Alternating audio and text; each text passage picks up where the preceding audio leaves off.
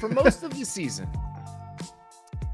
for the first half of the year, it was really hard for me to conceive of a non-quarterback being more valuable than Tyreek Hill had been to the Dolphins. Right. And it's because of how many ways he was affecting the game. It wasn't just the catches he was making.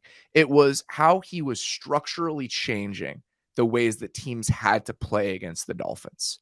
So when you're affecting it, not only with your own production, but with the quieter ways you're influencing every single play that you're on the field, that's why, to me, he was the offensive player of the year. He was the most valuable non-quarterback in football over the first half of the season.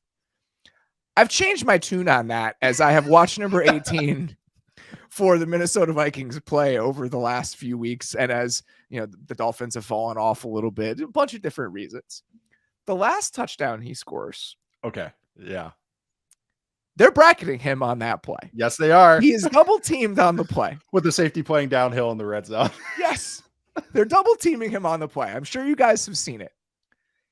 It's a disgusting release on the corner with a little swim over, so he stacks the corner immediately. And then he has to do a second release on the safety who is bracketing him. And he has a two-way go based on where he's lined up and where the safety is, and he can take it to the corner if he wants. But the move he puts on it to take it inside, to run through a double team in the biggest moment of the game on third down to score a touchdown. And, you know, this team is still fighting for the number 2 seed, all that stuff.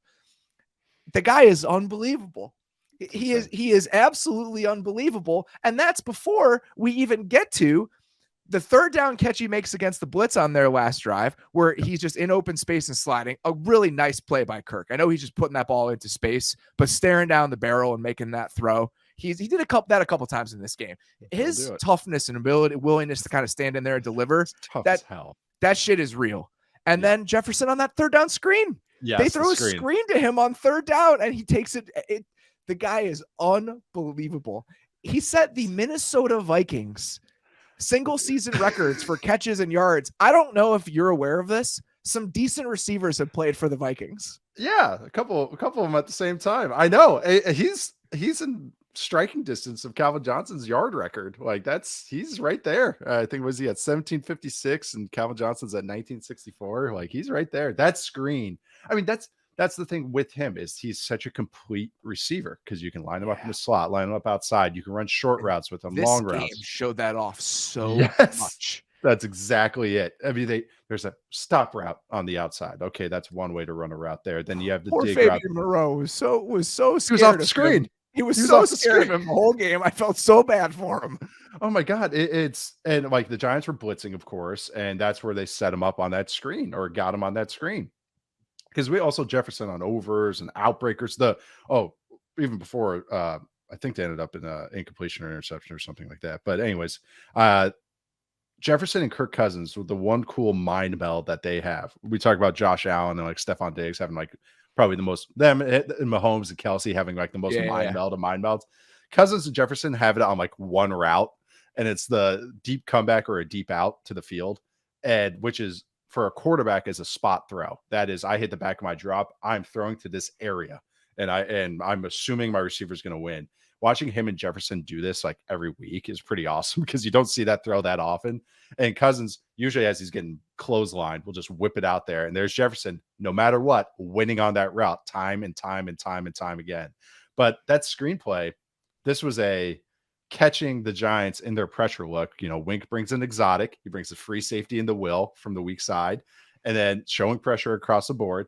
Jefferson's in the slot, and this is the advantage of having him in the slot. Genuinely, not in a sense where the Giants see that and go, well, that's weird. Why are you in the slot? Yeah. He can line up there. That's where versatility comes in play.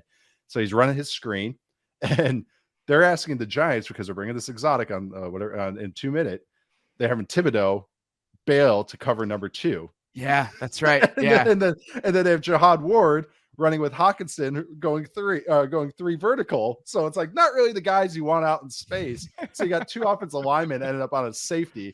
Thibodeau's playing really well. Kind of turns like a battleship a little bit at times. So it's like he's not really the guy you want out there. You want him going forward.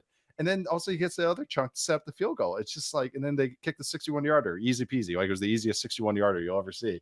It was just, that is just all of it coming together. It was him in the slot, them catching an opponent, trying to do what they want to do. And, not only just counterpunching them, throwing a haymaker that sets up the game-winning play. And it all comes to how talented he is and how versatile he is. And he can just do everything great. Not just everything well, everything great. And that's what's awesome about him. It's not just a speedy burner. He can block. He can run underneath stuff. He can create after the catch. He's awesome. I love watching him break on routes because you always talk about it, how his upper body and lower body and his legs are just all like he can just move. He's unlike anybody. He's one of one in the way that he moves. He's so incredibly hard to deal with. It's funny. I was thinking in this game because on the Hunter had a sack.